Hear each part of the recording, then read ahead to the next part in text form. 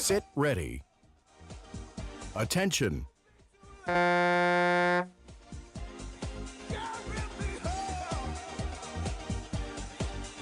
Ja see sõit on kenasti käima läinud, vaadates osalejaid, siis varasematest aegadest tuttavad nimed kõik tegelevad tõsiselt sõudmisega ja sõudmine muuseas, eriti sisesõudmine on üks vähestest spordialadest võib öelda Eestis, kus tegelikult tegeletakse ka erivajadustega inimestega ja pakutakse neile sportimisvõimalust ja selles mõttes on sõudeergomeeter suurepäraseks võimaluseks ka neid osalejaid kaasata, et sportlikku emotsiooni pakkuda, võistluspinget ja siin me näemegi siis, kuidas hetkel on asunud juhtima Birgit Näppi ja tema siis teisel masinal hetkel keskmist tempost hoidmas 2 ja natukene sekundeid peale, sinna 4 sekundi peale.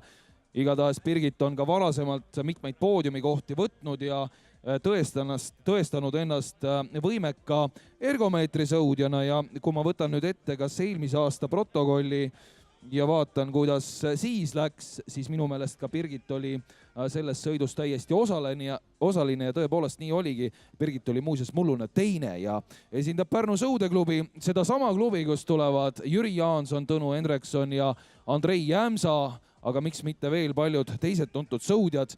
Ja nüüd on siis Birgit sõitu juhtimas. No ei ole täna siia starti tulnud mullust võitjat Žanna Svetskovskat, kes siis esindab Lätit või eelmisel aastal esindas ja sõudis aja alla 4 minuti. Nii et nüüd on troon vaba ja siin me näemegi, kuidas Birgit Näppi on seda võib-olla kuldmedalit, noh ei saa öelda nüüd kohe näppamas, aga 500 meetrit on veel sõuda ja 26 meetrit on vahe lähima jälitajaga, kelleks on Jelena Pipper, nii et mulle tundub, et see juba nüüd on küll sellise kaalukategooriaga vahemaa, mida väga keeruline võib olla Jelenal tagasi sõita.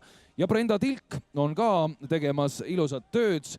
Tema on hetkel siis 3. kohal ja Anna-Friida Jürgenson 4. on liidrile kaotamas hetkel ligi 180 meetriga ja publikult ootame ka toetust, sellepärast et need sportlased, kes praegu esimest finaali sõuavad, loomulikult väärivad selles mõttes eraldi tähelepanu, sest et parasõudjate naistearvestuse klassiga me avasime tegelikult ka individuaalsete finaalide ploki.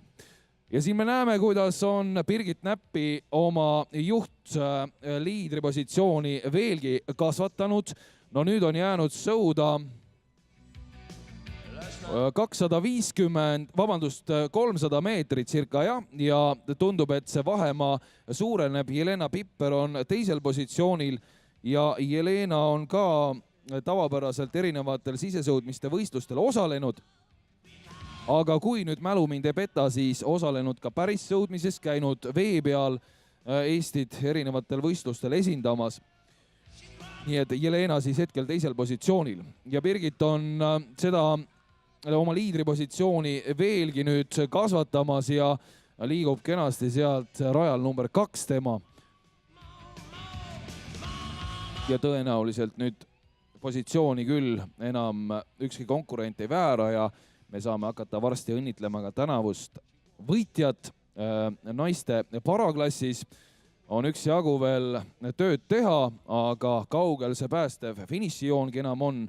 See tuleb kätte kiiremini, kui arvata võib. Loomulikult on kõrvaltvaatajale hea seda rääkida, sest et olles ise ka sõudmisega tegelenud ja ergomeetrit tõmmanud, siis see viimane 200 meetrit, 150 ja 100, see võib olla põrgulikult valus ja ega ka hetkel emotsioon, kui see läbi teha, võib-olla kõige positiivsem ei ole, aga pärast on kõik jälle ilusam ja taastud ära ja võtad järgmise sõidu ette ja nii ta läheb. Ja nüüd me tervitame tänast võitjat naiste parasõudmise klassis, teeme suure aplausi. Birgit Näppi, tänavune võitja 4.14,9, nii et publikult ootame tuge ka.